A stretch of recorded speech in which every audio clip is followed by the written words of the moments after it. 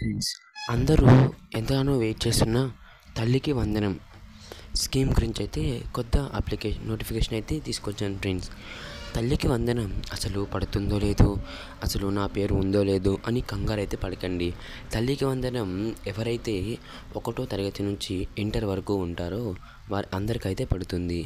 కానీ దీనికి కొన్ని అనుమతులైతే ఉన్నాయి. అవి మీకు పిల్లల యొక్క అటెండెన్స్ 75% అయితే ఉండాలి, మరియు ఎన్పిసి యాక్టివ్లో ఉండాలి, లేకపోతే మీకు డబ్బులు అయితే పడవు, మరియు ఈకేవైసీ కూడా కంప్లీట్ చేసుకొని ఉండాలి. ఇది నార్మల్ ఈకేవైసీనే.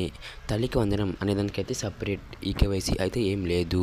మీరు హౌస్ హోల్డ్ మ్యాపింగ్లో కూడా ఉండాలి, మరియు రైస్ కార్డ్ కూడా ఉండాలి. తల్లికి వందనం అయితే నిన్న సాయంత్రం నుంచి అయితే ఒక్కొక్కరికి పడుతూ వస్తుంది. కాబట్టి మీరు నాకు పడలేదు అనేది కంగారు పడకండి. ఈ కొన్ని వర్కింగ్ డేస్లో అయితే అందరికీ పడుతుంది.